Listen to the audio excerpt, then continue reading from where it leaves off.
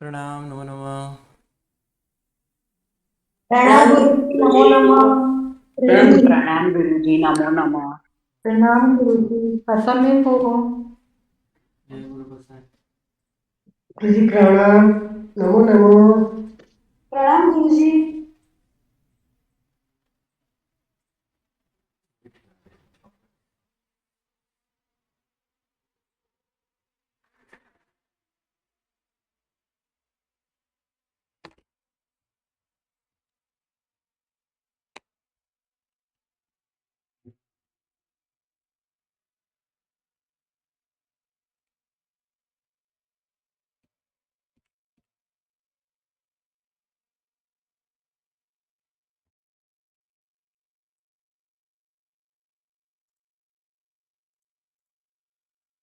वंदितु सूत्र, श्राद्ध, प्रतिगमन सूत्र। ओके, बोलो।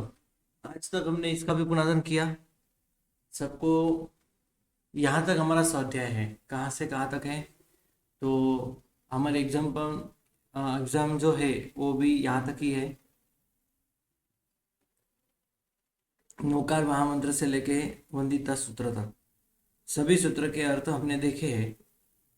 अभी किसी को कोई प्रश्न पूछना हो तो आप पूछ सकते हो।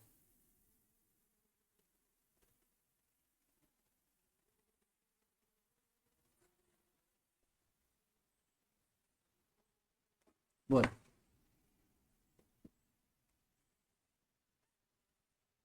गुरुजी, हाँ, बोलो। थोड़ा वंदित को रिपीट करवा सकते थे गुरुजी? चलो, कर दूंगा। और कुछ इसके ठीक अलावा? है। इसके अलावा कुछ और? प्रणाम प्रणाम गुरुजी। इसके अलावा और कुछ? गुरुजी एक बार जय भी आना करना। जय वीराय। ओके। गुरुजी क्वेश्चंस के माध्यम से रिवीजन करवा दो। नहीं नहीं नहीं, क्वेश्चन के माध्यम से बिल्कुल नहीं। ओके। गुरुजी मेरे थोड़े डाउट्स भी थे, लास्ट में पूछूं? हाँ, बोलो, अभी पूछो, चलो पूछो पूछो। हाँ गुरुजी। हाँ, गुरुजी, तीसरी बुक में 58 तीसरी पेज बुक नंबर। मेरे पास नहीं है अभी। मेरे पास पहली बुक और दूसरी बुक, दो ही बुक है। गुरुजी इसमें ना एक्चुअली हिंसा के 3 प्रकार बताए। एक मिनट मैं देखता हूँ, मेरे पास होगी तो। एक मिनट।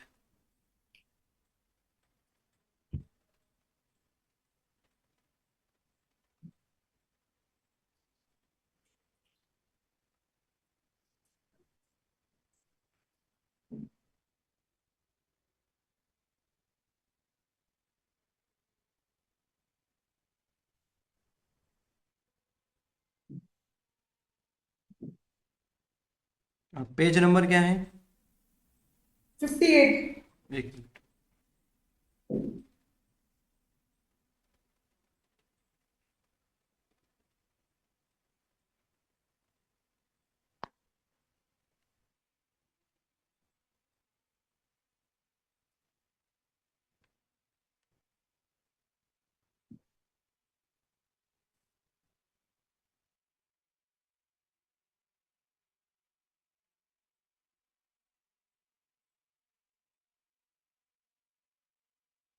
हिंसा के 3 प्रकार है, बराबर है? हाँ, बोलो, उसमें क्या प्रश्न है आपको? जी उसमें ना मतलब हिंसा के 3 प्रकार, कायिक हिंसा, वाचिक हिंसा, मानसिक हिंसा। हाँ, बराबर है तो। फिर उसमें 2 प्रकार बताए हैं, द्रव्य हिंसा और भाव हिंसा। हाँ, भाव हिंसा और मानसिक हिंसा में क्या फर्क हुआ? देखो, ऐसा नहीं। या तो फिर ऐसा कह सकते हैं कि हिंसा के 3 प्रकार है ना? ओके। या गुरुजी मैं फिर एक्सप्लेन करने की ट्राई करूँ। नहीं, एक मिनट। या फिर ऐसा कह सकते हैं हम कि हिंसा के 3 प्रकार है। या फिर ऐसा कह सकते हैं कि हिंसा के 2 प्रकार है। कोई भी प्रकार की हिंसा ये 2 प्रकार में आएगी या फिर ये 3 प्रकार में आएगी। राइट? ओके। हिंसा के या तो 3 या तो 2, कोई भी, किसी में भी हम इसको गिन सकते हैं। मतलब ये दोनों के बीच क्या अंतर है, ऐसा क्वेश्चन नहीं हो सकता। यानी एक मानसिक हिंसा में क्या अंतर है और द्रव्य हिंसा में क्या, मान भाव हिंसा में क्या अंतर है? दोनों एक ही है। दोनों एक ही है। देखो, द्रव्य हिंसा में मन नहीं है, करने की इच्छा नहीं है, जानबूझ के नहीं कर रहे हैं। हम्म हो रही है, वो द्रव्य हिंसा है। जानबूझ के करे, पता है कि हिंसा का इतना भयंकर परिणाम है तो भी हिंसा कर रहे हैं, वो भाव हिंसा कह सकते हैं, उसको मानसिक हिंसा कह सकते हैं। हम्म, मतलब हिंसा या तीन प्रकार के, जैसे कि हम आपको वो प्रकार है ना कि सिद्ध भगवान के कितने प्रकार है? 15 हम्म है, 15 प्रकार भी बताए हैं सिद्ध भगवान के। हाँ, तीर्थंकर किस में आते हैं? तीर्थंकर सिद्ध किस में आते हैं? तो तीर्थ, जीना सिद्ध। हाँ, जिन सिद्ध, जिन सिद्ध में भी आते हैं, बाद में तीर्थ सिद्ध में भी आते हैं, हम्म पुरुष सिद्ध में भी आते हैं। मतलब एक ही व्यक्ति अनेक प्रकार में आ रहे हैं। मतलब यहाँ पे ऐसे ही प्रकार बताए हैं, या फिर तीन प्रकार में है कोई भी हिंसा आएगी, या फिर दो प्रकार में आएगी। मतलब यहाँ पे इसका अर्थ तो पता ही है आपको, कायिक हिंसा यानी काया से करना, वचन से और मन से नहीं करना। जैसे मैं यहाँ से जा रहा हूँ और मेरे पैर के नीचे आके चींटी मर रही है, मैंने कुछ बोला नहीं है और मैंने ऐसा मन में सोचा भी नहीं है, देख देख के चल रहा हूँ तो भी पैर के नीचे आके चींटी मर गई, तो ये कायिक हिंसा हुई। किसी को हम ऐसा कह दे इसको यहाँ पे पोछा मार दो, तो ये वाचिक हिंसा हुई। मैंने कुछ किया नहीं है ना, मैंने काया से कुछ नहीं किया, मैंने पोछा नहीं किया, लेकिन मैंने किसी को प्रेरणा की और उसने एक काम किया। तो इसमें अपकाय की हिंसा है, अन्य छोटे सूक्ष्म जीवों की हिंसा है, तो ये वाचिक हिंसा भी हुई, है ना, इसको हम वाचिक हिंसा कहेंगे। और मानसिक हिंसा, जैसे प्रसन्न चंद्र मुनि ने की थी, किसी के साथ युद्ध नहीं किया था, किसी के साथ बातचीत नहीं की थी, लेकिन सिर्फ मन से की। कभी कभी कोई पाप ऐसे भी होते हैं जिसमें मन वचन काया तीनों होते हैं। जैसे कोई चोर आया हमारे घर में चोरी करने के लिए, हम्म तो उसको मारने की इच्छा हुई, तो मानसिक इच्छा, मानसिक पाप हुआ, मानसिक हिंसा हुई। और घर में दो तीन मेंबर है, सबको उठा दिया है, तो उठो उठो चोरा है, चोरो मारो मारो, तो ये क्या हुआ? ये मारो मारो, ये भी हुआ वाचिक हिंसा। शस्त्र लिया, मारने के लिए भी दौड़े, मारा, मारा भी सही, तो ये मानसिक हिंसा भी हुई, वाचिक हिंसा भी हुई और कायिक हिंसा भी हुई। तीनों प्रकार की हिंसा हुई। तो कभी कभी एक ही प्रकार की होती, कभी कभी तीन प्रकार की भी होती, कभी कभी दो प्रकार की भी होती। इसके अंदर भी अनेक प्रकार होते हैं, जैसे कि कोई मानसिक हिंसा करेगा और कायिक हिंसा करेगा, वाचिक हिंसा नहीं करेगा। कोई वाचिक हिंसा करेगा और प्लस कायिक हिंसा करेगा, मन से हिंसा नहीं करेगा। तो कोई वचन से हिंसा करेगा और मन से हिंसा करेगा, काया से नहीं करेगा। या फिर कोई तीनों तीनों से पाप करेगा। 7 प्रकार हो गए। बराबर। और 2 प्रकार की हिंसा, द्रव्य हिंसा और भाव हिंसा। किसी जीव के द्रव्य प्राणों को खत्म करना, नाश करना, वो द्रव्य हिंसा है। और उनके क्षयोक्षम को, उनके ज्ञान को नाश करना, आत्मा के ज्ञान आदि गुण का नाश करना, आचारों का, सदाचारों का, सदविचारों का नाश करना। किसी को बोलना ये गलत नहीं है, ऐसे हिंसा करना गलत नहीं है, ऐसा समझा के पटा के उसके पास से हिंसा करवाना, वो क्या है? भाव हिंसा है, क्योंकि इसमें गुणों की हिंसा हो रही है, गुणों का घात हो रहा है, इसलिए वो भाव हिंसा कहते हैं। बोलो और कुछ। हाँ गुरु जी, नेक्स्ट मेरे 6-7 क्वेश्चन है गुरु जी। एक पेज नंबर 60 पे मृषावाद के 3 प्रकार बताए। हाँ, उसमें भूत निंदा, 63, यह, एक मिनट, यही तीसरा भाग है। हाँ तीसरे भाग में ही है गुरु जी।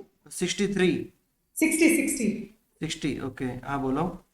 भूत निंदा, यह वस्तु मेरे पास नहीं है, इस प्रकार कहलाना भी भूत निंदा है। जब वस्तु हो अपने पास और हाँ ना नहीं है करके बोलना भी भूत निंदा कह रहा था। हाँ फिर वो भूतोद्भावन, उसमें क्या है, जैसे नहीं होने पर भी है करके बोला, हम्म लेकिन झूठ तो सेम हुआ ना, हाँ, तो इतना डिफरेंस। देखो अभी यहाँ पे क्या कह रहे हो कि भूत निधन यानी क्या? जो घटना जिस प्रकार बनी हो उसके स्वरूप को छिपाना भूत निधन कहलाता है। जैसे कोई व्यक्ति अपने पास वस्तु मांगने आया हो तब वस्तु होने पर भी यह वस्तु मेरे पास नहीं है, इस प्रकार कहना वो भूत निना, भूत यानी यहाँ पे पदार्थ, और जो जिस स्वरूप में है, भूत यानी या भूत भू धातु है, इसमें होना रहना ऐसे अर्थ में है, जो है उसको नहीं है ऐसा बताना, यानी भूत जो है उसको छुपाना, नहीं है मेरे पास ऐसा बोलना, ये भूत निन्नव कहलाएगा, यानी भूत निन्नव मूर्छावाद कहलाएगा, राइट। ऐसे अभूत उद्भावन भी है ही नहीं, और कहना जो मेरे पास है ही नहीं, पूरी दुनिया में नहीं है, मेरे पास नहीं है ना, और कोई मेरे पास मांगने आए कि मेरे तेरे पास है, तो नहीं होते हुए भी कहना हाँ मेरे पास है लेकिन देना नहीं है, तो ये क्या है, अभूत उद्भवन।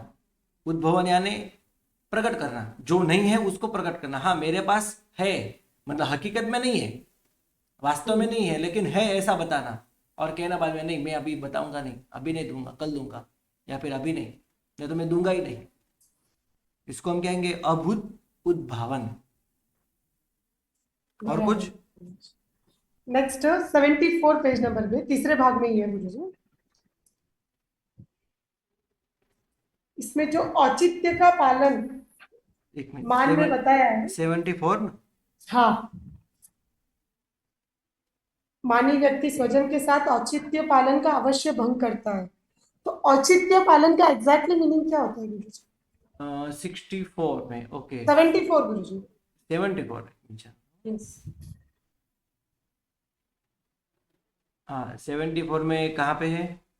फर्स्ट पैराग्राफ में गुरु जी, मानी व्यक्ति, लास्ट लाइन, हाँ मानी व्यक्ति स्वजन के साथ औचित्य पालन का अवश्य भंग करता है, और औचित्य भंग से कीर्ति का नाश होता है, तो इसमें औचित्य का एग्जैक्टली मीनिंग क्या है? औचित्य यानी क्या, जिस समय में जिसका जो समय है ना, उस समय वो करना, उसको औचित्य क्या कहा गया है। जैसे भगवान की पूजा भी चल रही है, और एक तरफ गुरु भगवान व्याख्यान भी दे रहे हैं, दोनों में से करना क्या चाहिए? गुरु भगवान नहीं, गुरु भगवान, हाँ गुरु भगवान की वाणी सुननी चाहिए, व्याख्यान में जाना चाहिए। जैसे कि पर्युषण के दिनों में वाचना होती है, कल्पसूत्र की अष्टनिका ग्रंथ की वाचना होती है, तो उस समय हमको वाचना सुननी चाहिए, पूजा करने के लिए नहीं जाना चाहिए। अभी किसी का तप महोत्सव चल रहा हो, अच्छी तपश्चर्या की, तो उसकी अनुमोदना कर रहे हैं सब, उसका जो हमारा कर्तव्य है ना, तो एक तप महोत्सव सब कर रहे हैं, तो उसमें हमको जाना चाहिए। तब हम कहेंगे नहीं मुझे देरासर में आंगे करनी बाकी है, मैं आज आंगे करूंगा, तो ये भी बात गलत है। मतलब जिस समय जो समय जिसका है उस समय वही क्रिया करना, जैसे प्रतिकावन का समय है तो प्रतिकावन करना, वाचना का समय है तो वाचना सुनना, भगवान का पूजा का समय है तो पूजा करना, उसको औचित्य कहा गया है। जो समय में जो कहना में, जिसको हम विवेक भी कह सकते हैं। क्या कहेंगे इसको? विवेक, जो हमको ज्ञानावर्णीय कर्म आदि से प्राप्त होता है। हमारा ज्ञानावर्णीय कर्म अच्छा हो तो कब क्या करना चाहिए वो हमको पता चलता है। किसी को पता ही नहीं चलता, हाँ नहीं उसमें कुछ मुझे समझ में नहीं आता है, महाराज साहब क्या बोलते हैं, मैं तो भगवान की आंगी करूँगा, या फिर भगवान का देरासर में सजाऊंगा, मैं वाणी सुनने के लिए नहीं जाऊंगा, भगवान गुरु भगवान की बातें व्याख्यान आदि नहीं सुनूंगा, तो गलत है। उसमें हमको बहुत बड़ा दोष भी लगता है। इसलिए औचित्य जो समय में जिसकी आज्ञा गुरु भगवान ने या फिर भगवान ने हमको दी है, आगम में के अंदर लिखी है, वो समय वही करना, उसको औचित्य कहा गया है। नेक्स्ट पेज नंबर 87 पर, ऐसा किसी का औचित्य का भंग नहीं करना चाहिए। हाँ, क्या पेज नंबर? 87, हाँ। अभ्याख्यान 87, जी बोलो। अभ्याख्यान में फोर्थ लाइन, अभ्याख्यान में फोर्थ लाइन गुरुजी, हाँ। ईर्ष्या और असूया से प्रेरित होकर व्यक्ति दूसरे पर झूठा आरोप लगा देता है, राइट। हाँ, तो इसमें असूया मतलब क्या हुआ गुरु जी? असूया एक एक प्रकार की ईर्ष्या ही है। ईर्ष्या और असूया, असूया या ऐसा कह सकते हैं कि जो हमको प्रिय नहीं लगता। गुरु जी, असूया यानी जलन भी होता है ना? हाँ, जो हमको प्रिय नहीं लगता, अच्छा नहीं लगता, उसके प्रति जलन होना, है ना, अ, उसके प्रति अरति होना, उसको असूया कहा गया है। गुरुजी, ये प्राकृत शब्द है, असूया असूया। गुरुजी, असूया का अर्थ ये होता है कि किसी का गुण हो उसको भी दोष के रूप में बताना, इस टाइप से होता है असूया हाँ, एक शायद। प्रकार की ईर्ष्या हुई, इस ईर्ष्या का ही प्रकार है ना, हाँ, ईर्ष्या और उसका गुण है तो भी असूया। उसको दोष के तरह बताना। जी जी जी। गुरु जी एक नेक्स्ट क्वेश्चन है 91 पेज पर। हाँ, 91 बोलो। पर परिवाद अर्थात दूसरे की निंदा करना, बराबर। और पैशून्य में भी कुछ पूरा उसका डिटेल समझने पे यही आता है, चुगली करना। हाँ, बराबर है। तो दूसरे की निंदा करना और चुगली करना मतलब पर परिवार और पैशून्य में क्या डिफरेंस आया? चुगली भी एक प्रकार की निंदा ही है ना, हाँ लेकिन वही, हाँ, चुगली भी एक प्रकार की निंदा है, तो निंदा ही ये है, दोनों अलग किस लेकिन हिसाब से? ये बड़ा पाप है। ये बड़ा पाप है, पर पर परिवार। पर्याद माया मृषा मिथ्या तो शल्य, है ना, कि देखो हाँ जैसे जैसे नीचे जा रहे हैं हम, हाँ जैसे जैसे नंबर बढ़ रहा है, वैसे वैसे हाँ। पाप बढ़ते जा रहे हैं। सबसे बड़ा पाप कौन सा है? माया मृषावाद, मिथ्या तो शल्य। सबसे मिथ्या तो शल्य सबसे बड़ा है, मतलब हम्म। भगवान के प्रति विश्वास ही नहीं रखना। हाँ? तो वो सबसे बड़ा पाप है। उससे छोटा पाप हम कह सकते हैं, इससे छोटा पाप हम कह सकते हैं क्या? तो पर परिवार यानी दूसरों की निंदा करना, हर एक गुणों की निंदा करना। कभी कभी क्या होता है, निंदा कौन सी होती है, कब होती है, पहले इसकी हम बात करते हैं। ईर्ष्या जो है ना, ईर्ष्या या फिर हम जैसे जिसको जिसकी बातें हमको पता है ना, चुगली हम करते हैं जिसकी बातें हमको पता है और उसको हमको नीचे दिखाना हो, तो उसके बारे में ही हम चुगली करते हैं। लेकिन निंदा तो परिचित हो या अपरिचित हो सबकी कर लेते हैं, है ना। निंदा परिचित हो या ना हो, ये हम वो हमको पहचानता हो या ना पहचानता हो, हम निंदा सबकी कर लेते हैं। देखो लोग, सब लोग ऐसे ही होते हैं। मतलब निंदा का स्वरूप बड़ा हुआ क्योंकि इसका विषय हर एक जीव है, हर एक जीव के ऊपर हम निंदा कर लेते हैं कभी कभी। लेकिन चुगली जो है, जो जानबूझ के करते हैं, किसी को नीचे दिखाने के लिए करते हैं, और किसी की बात हमने जान ली हो गुरुजी तो वो बता देते हैं और बता देते चुगली हैं। खा लेते बोलते जी हैं। जी। मतलब जी, जो परिचित है उसके विषय में होती है, लेकिन निंदा तो परिचित हो या अपरिचित हो सबके ऊपर हो जाती है। गुरु जी किसी की बात जानी हुई बताना तो उसका भेद का रहस्य खोलना हुआ ना? हाँ, ये भी बहुत बहुत बड़ा पाप है, बहुत बड़ा पाप है। मूर्छावाद का पाप बताया गया है, ऐसे पाप को मूर्छावाद का भी पाप बताया है। झूठ बोलना, किसी की बात, जैसे पत्नी की बात, गुप्त बात प्रकट करना, किसी की अन्य की बात पत्नी के सामने प्रकट करना, नहीं नहीं वो घर वाले तो ऐसे है ना, इसके घर में ऐसा पाप होता है, तो ऐसे पत्नी को कहना, पत्नी की बात दूसरे को कहना, तो ये भी गलत है। ये भी मूर्छावाद के अंदर आता है, झूठ, अतिचार कहते हैं, उसके अंदर ये सब बात आती है। बोलो और कुछ। हाँ गुरु जी पेज नंबर 124। सबको टाइम मिलेगा, है ना, किसको सुनना हो समझना हो तो बैठ सकते हो। नंबर बोलो फिर से। पेज नंबर 124 गुरु जी। मेरे पास पुस्तक है नहीं, लेकिन मोबाइल में पीडीएफ फाइल है, वो मैं खोल के देख रहा हूँ अभी। पुस्तक तो नहीं है। 24 गुरु जी। 124। एक मिनट, हाँ बोलो। अपवाद के मार्ग से प्रतिक्रमण के संबंधी विशेष सूचनाएं जो बताई गई है ना, हाँ इसमें लिखा है जैसे कि अपवाद के मार्ग से देवसी प्रतिक्रमण दिन के तीसरे प्रहर से प्रारंभ लेकर मध्य रात्रि तक हो सकता है। हाँ मतलब दोपहर को 12 बजे से अप्रोक्सीमेशन में, हाँ हाँ, दोपहर को 12 बजे से रात के 12 बजे तक हम कर सकते कर सकते हैं, हाँ। हैं अपवाद मार्ग से। जी। तो तीसरा प्रहर 12 बजे से वही स्टार्ट हुआ ना गुरु जी? देखो ऐसा नहीं, पहला प्रहर जो है ना, वो समझ के चलते कि 6 बजे सूर्योदय हो रहा है हाँ। और 6 बजे सूर्यास्त हो रहा है शाम को, तो 12 घंटे का दिन है। तो एक दिन के अंदर 4 प्रहर आते हैं, तो पहला बराबर। प्रहर शुरू होगा 6 बजे, 9 बजे पूरा होगा। हम्म दूसरा प्रहर 9 बजे शुरू होगा और 12 बजे पूरा होगा। हम्म और तीसरा प्रहर दोपहर को 12 बजे शुरू होगा, 3 बजे पूरा पूरा होगा। और चौथा प्रहर दोपहर को 3 बजे शुरू होगा और शाम को 6 बजे पूरा होगा। क्योंकि जो हमारे समझ से हमको ऐसे था कि दोपहर को 3 बजे के बाद इमरजेंसी हो तो एक अपवाद के हिसाब से कर सकते हैं, लेकिन अब बुक में पढ़ा कि तीसरे प्रहर के प्रारंभ से मतलब 12 बजे के बाद से कर सकते हैं। नहीं, 12 नहीं, तीसरा प्रहर कब शुरू होता है? 12 बजे। हाँ, 12 बजे, है ना। तो दोपहर के 12 बजे तक से हाँ, रात के 12 बजे रात तक। को 12 बजे तक, मतलब ये कौन सा टाइम मैंने बताया? 6 बजे के हिसाब हाँ, से। 6 बजे के हिसाब से बताया। हाँ, वो बराबर है, वो सूर्योदय के हिसाब से प्रहर पकड़ लेगा। जी। तो ये अपवाद है, किसी को कहाँ जाना हो, इसलिए तो हम कभी कभी 2 बजे बैठ जाते हैं, पता है। संवत्सर प्रतिज्ञान हो, किसी के घर में बच्चे हो छोटे छोटे, तो कौन हाँ संभालेगा? हाँ हाँ हाँ तो कभी हाँ कभी कोई 1 बजे 1:30 बजे बैठ जाता है, तो हाँ, गलत बच्चों नहीं का है, ये प्रतिक्रमण, अपवाद हाँ, स्वरूप है। हाँ, ये गलत नहीं है, अपवाद स्वरूप। लेकिन देखो देखो, अपवाद मार्ग भी पूरा गलत नहीं होता। गुरु भगवान के आशीर्वाद हो, गुरु भगवान की रजा हो, तो हम अपवाद मार्ग का सेवन करते हैं, तो वो अपवाद मार्ग भी उचित हो जाता है। उचित होता है।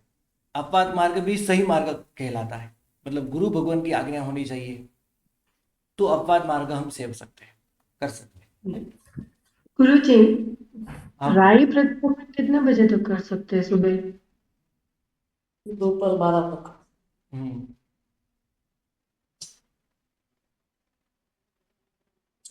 यहाँ पे भी यहाँ लिखा है, प्रातः समय कर प्रातः प्रतिक्रमण कर 10 वस्तु की परिलेना करने के बाद सूर्योदय हो जाए उसके पहले राई प्रतिक्रमण का समय समझना चाहिए। उसके पहले अपवाद मार्ग में अपवाद मार्ग से देवसी प्रतिक्रमण दिन के तीसरे प्रहर, है ना। और हाँ, और राई प्रतिक्रमण जो है ना, वैसे ही रात को 12 बजे के बाद अपवाद मार्ग से, मतलब 6 बजे सूर्योदय 6 बजे सूर्यास्त हो तो की बात है, मतलब वो भी रात के तीसरे प्रहर से लेके दोपहर के 12 बजे तक कर सकते हैं अपवाद मार्ग से। जी गुरु जी। हाँ, किसी कोई यहाँ वहाँ मतलब जैसे कोई यात्रा करके आया हो, आने में लेट हुआ हो, रात 11 बजे हो, हाँ, दोपहर के 11 मतलब सुबह के 11 बजे हो, तो प्रतिक्रमण कर सकते हैं, 12 बजे तक कर सकते हैं, ऐसा कुछ नहीं है। जी गुरु जी। हाँ, इसको हम ऐसा कह सकते हैं, आपको याद रखना होता है। अभी तो सबके पास मोबाइल है, सबके पास जैन पंचांग ऐप भी होगी इसके अंदर। हाँ, और टाइम के हिसाब से उसमें टाइम चेंज कर सकते हैं, लोकेशन चेंज कर सकते हैं। तो अपना लोकेशन डाल के उसमें आप देख सकते हो कि पूरीमठ का पचकान कब आता है। वो पूरीमठ का पचकान यानी दिन का मध्य भाग है, वो तीसरा प्रहर वहां से स्टार्ट होता है। तो उसके पहले राय प्रतिक्रमण और उसके बाद देवसी प्रतिक्रमण कर सकते हैं। पंडित जी प्रणाम। इसी में मुझे कुछ पूछना था, मैं पूछ सकती हूँ? हाँ, पूछो। हाँ, तो इसमें जो पचखान लेना होता है, तो पचखान कैसे करेंगे दोनों में? दोनों में पचकान लेना हो और उसमें हमारी हाँ, तपश्चर्या, देवसी प्रतिक्रमण में मुझे उसमें पचखान लेना हो, हाँ, उसमें तो हमारी देवसी प्रतिक्रमण में विधि के उसमें अनुसार तो हाँ जी। उसमें हमारी तपश्चर्या हो तो प्रतिक्रमण में हमको फरजियात बड़ा पचकान ही लेना चाहिए। बड़ा पचकान यानी हमारी तपश्चर्या हो तो पानार का पचकान। जी जी जी। तो ऐसा क्यों? देखो, गुरु वंदन और प्रतिक्रमण, ये दोनों जी चीज जो है, ये दोनों चीज जो है वो बड़ी है, उसकी मुख्यता जी है।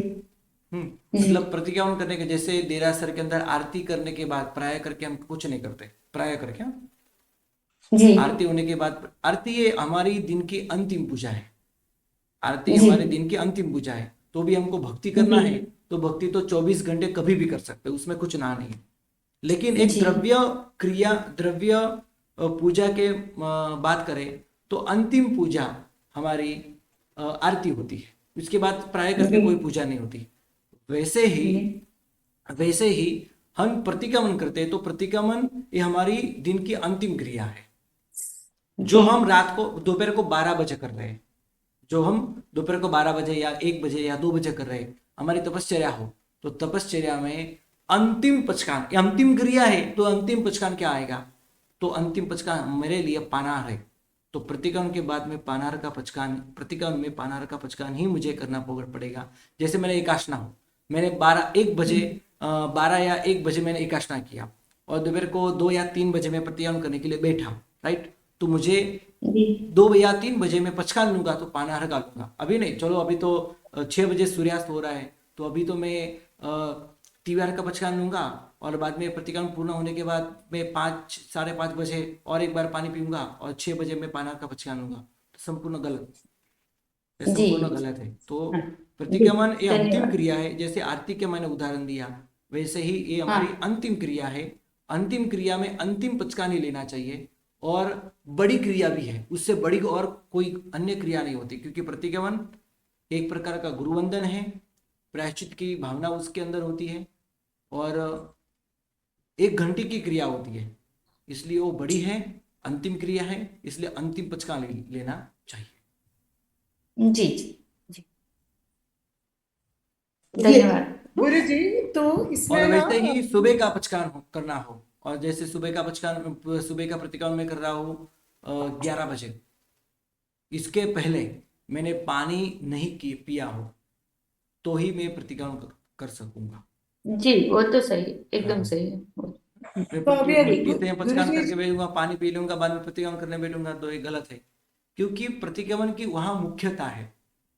अभी आप ऐसे सोचेंगे इसमें गलत क्या है ना, मुझे सहन नहीं हो रहा है इसलिए मैंने 8 बजे पानी पिया, लेकिन प्रतिक्रमण करने की बहुत भावना है और कुछ कारण से जैसे ट्रेन चल रही हो या फिर प्लेन उड़ता हो, तो मजबूरी के कारण मैंने 9 बजे की फ्लाइट है मेरी और मैंने 8 बजे पानी पी लिया और मैं 1 घंटे में पहुंच गया जहां मुझे जाना है, तो 11 बजे जाके मैं प्रतिक्रमण कर पाऊंगा?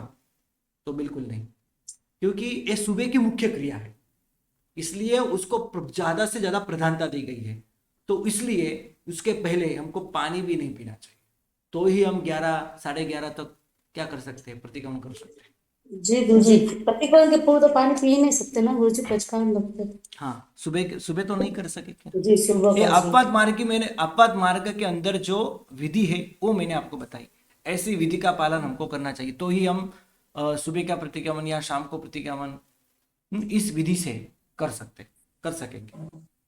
तो यानी कि अब शाम का प्रतिक्रमण लेट करे, देवसी प्रतिक्रमण, तो पहले पानी नहीं पी सकते हैं, मतलब जो कोई तीवियार का पचकान में हो तो नहीं होता है ना? देवसी प्रतिक्रमण की क्या चिंता? में राय प्रतिक्रमण की बात की, इसके नहीं पहले नहीं पानी गुरु जी, नहीं देवसी में पूछ रही हूँ, अगर कोई देवसी प्रतिक्रमण लेट करना चाहे, जैसे अभी कोई कारणवश 9 या 10 बजे के बाद हो और उनको तीवियार का पचकान लेके पहले पानी पीना हो, तो वो पी सकते हो? प्रतिक्रमण के पहले पी सकते, देवसी प्रतिक्रमण के पहले पी सकते हैं, बाद में नहीं। हाँ, लेकिन किसी का TVR हो तो बात अलग है, तो TVR ही अंतिम पचकान वही रहेगा, TVR का। नहीं, लेकिन प्रतिक्रमण अगर रात को लेट कर रहे हो, जैसे अभी अपवाद मार्ग से बोला प्रतिक्रमण रात को 12 बजे तक कर सकते हैं, तो अभी कोई कारण सर प्रतिक्रमण 10 बजे हाँ, वो करने कर वाले, सकते हैं। इसमें ना ऐसे कुछ आचार्य भगवान ऐसे भी कहते हैं कि हाँ नहीं पीना चाहिए। जैसे 6 बजे सूर्यास्त हो रहा है और 6 बजे सूर्यास्त हो रहा है और मैं रात को 11 बजे प्रतिक्रमण करूंगा, तो क्या मैं 8 बजे TVR का पचकान लेके क्या मैं प्रतिक्रमण कर पाऊंगा?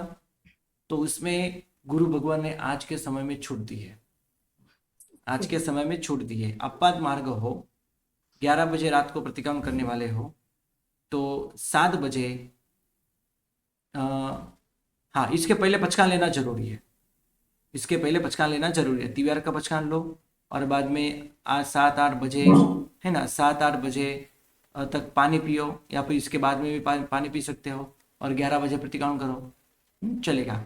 यहाँ पे कुछ गुरु भगवान नहीं कहते ऐसा नहीं करना चाहिए, पहले प्रतिक्रमण की महत्ता है तो प्रतिक्रमण नहीं करना चाहिए, इसमें ही पचकान लेना चाहिए।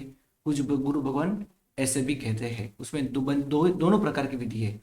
तो आपके गुरु भगवान जो आपको कहेंगे वही नियम का आपको पालन करना है। हम यहाँ पे करते हैं, है ना, यहाँ पे गुरु भगवान ने छोड़ दिए तो हम करते हैं कभी कभी। हाँ, मैं तो नहीं करता क्योंकि रात को पानी में पीता है, मुझे तो जी, मेरा प्रश्न नहीं है, लेकिन यहाँ पे बच्चे हैं तो ये क्या करते हैं, भक्ति में 1-2 घंटा नाचते हैं तो बाद में आके इतने थक जाते हैं तो क्या करते हैं, पहला पानी पी लेते हैं और बाद में प्रतिक्रमण करने के लिए बैठते हैं।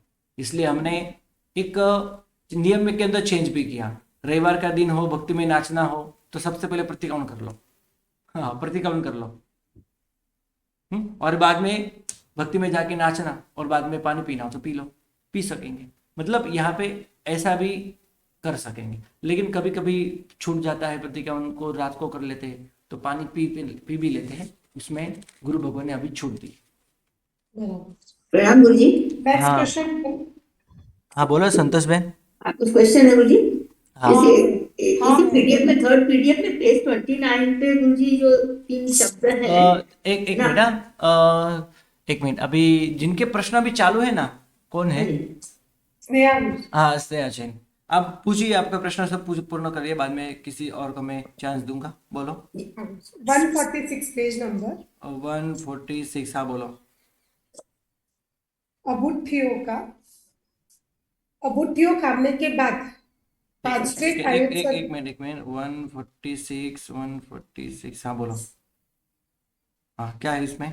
थर्ड पॉइंट, हाँ। अबुट्ठियों खाने के बाद पांचवे कायोत्सर्ग आवश्यक के लिए 2 वंदना देने के लिए अवग्रह में से बाहर निकलना चाहिए। हाँ। तीसरी बार के 2 वंदना देने के बाद अवग्रह में से बाहर निकलकर आयर्य उवज्जाय बोलते हैं। बराबर।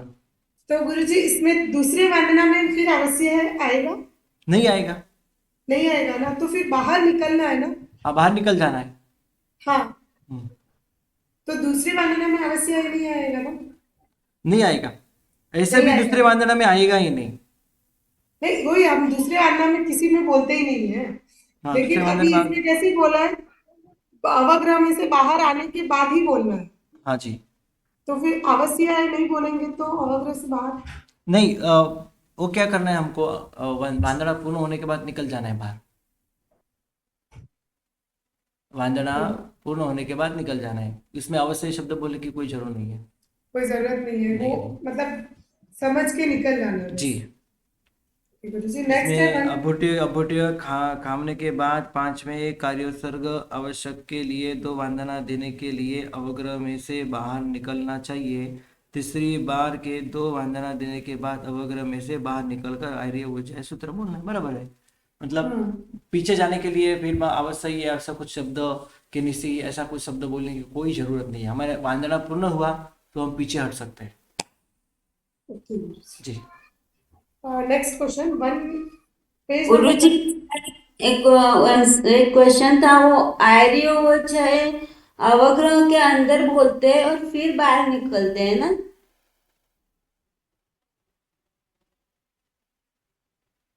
नहीं, अवश्य आर्य उवज्जाय जो सूत्र है ना, वो बाहर निकल के बोलना है।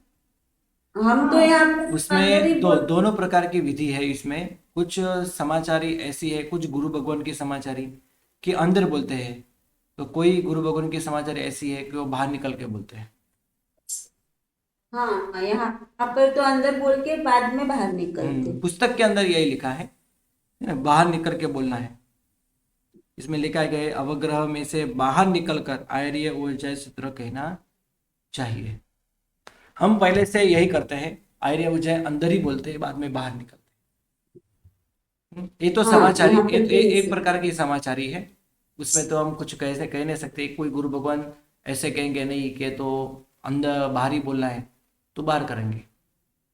किसी तो को मतलब बोलना है। अंदर करना है बाहर करना है, इसमें कोई क्रिया होती है गुरुजी? ये तो बाहर से समझना है जी ना। जी, आर्य उवज्जाय बाहर बोलना चाहिए, अवग्रह के अंदर के अंदर बोलना चाहिए। तो कुछ गुरु भगवान अंदर करते हैं और कुछ गुरु भगवान बाहर करते हैं। मतलब अंदर इन द सेंस कैसे हुआ गुरुजी, क्रिया में कैसे आया वो? हम तो अंदर ही खड़े हैं ना, अभी दूसरा वंदना दिया तब अंदर ही खड़े हैं ना। हाँ, हाँ, तो बाहर गए ही नहीं, जाने से पहले ही हमको आर्य उवज्जाय बोल के ही जाना है। गुरु जी खड़े से खड़े ही पूरा बोल के निकलना बाहर। हाँ, और कुछ बोल के भाई वंदना पूर्ण हुआ पहले बाहर निकल लो, बाद में आर्य उवज्जाय बोलो। पुस्तक में तो यही लिखा है। हाँ, पुस्तक में तो यही लिखा है। हम्म। गुरु जी अंदर और बाहर निकला, यानी कि हमारे कटासने के ऊपर ही हम एक कदम थोड़ा नहीं आगे नहीं जाना नहीं है, नहीं नहीं एक कदम हाँ, कटासने के ऊपर ही रह के करना है ऊपर ये। ही रह करके एक हाँ कदम आगे जाना है, एक कदम पीछे आना है, बस जी जी जी, कटासने यही के है ना जी जी प्रवेश हाँ हाँ, मुद्रा में? यही है यही है यही। जी okay. Next question 158 page number. One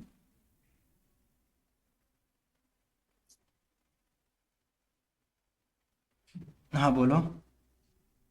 ये जो ज्ञानाचार संबंधी अप्रशस्त वृत्ति चौथे गाथे में जमबद्ध जी जी हाँ हाँ, उसमें जो दिया है ना, अप्रशस्त इंद्रियों की, सामान्य अर्थ से हम्म अप्रशस्त इंद्रियों की प्रवृत्ति से, अप्रशस्त चार कषायों के सेवन से तथा राग और द्वेष से जिन अशुभ कर्मों का बंध किया हो उसकी मैं निंदा करता हूँ। राइट। तो ये ज्ञानाचार संबंधी कैसे हुआ गुरुजी? बराबर है।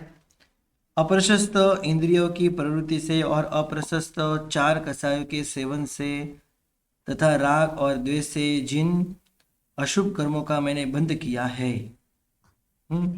तो जम बद्धम इंद्रियम चौयम कसायम अपसतिम रागेण दोषेनोतम निंदितम च गरियामि, है ना। ज्ञानाचार संबंधी अप्रशस्त वृत्ति की निंदा और गरिया। देखो 5 इंद्रिय है ना, वो उसके ही द्वारा हमको ज्ञान की प्राप्ति होती है।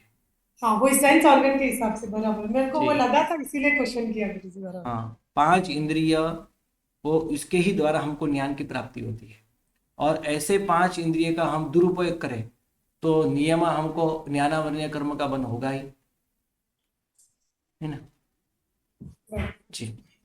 उसी में नेक्स्ट क्वेश्चन गुरुजी, जी जैसे प्रशस्त इंद्रियों के लिए नेक्स्ट 159 पे ही है। हम्म प्रशस्त इंद्रियों में घ्राणेन्द्रियों में कैसे बोला है कि प्रभु भक्ति में उपयोगी पुष्प, केसर, घी आदि को खरीदने के लिए सूंघना घ्राणेन्द्रिय की प्रशस्त प्रवृत्ति है।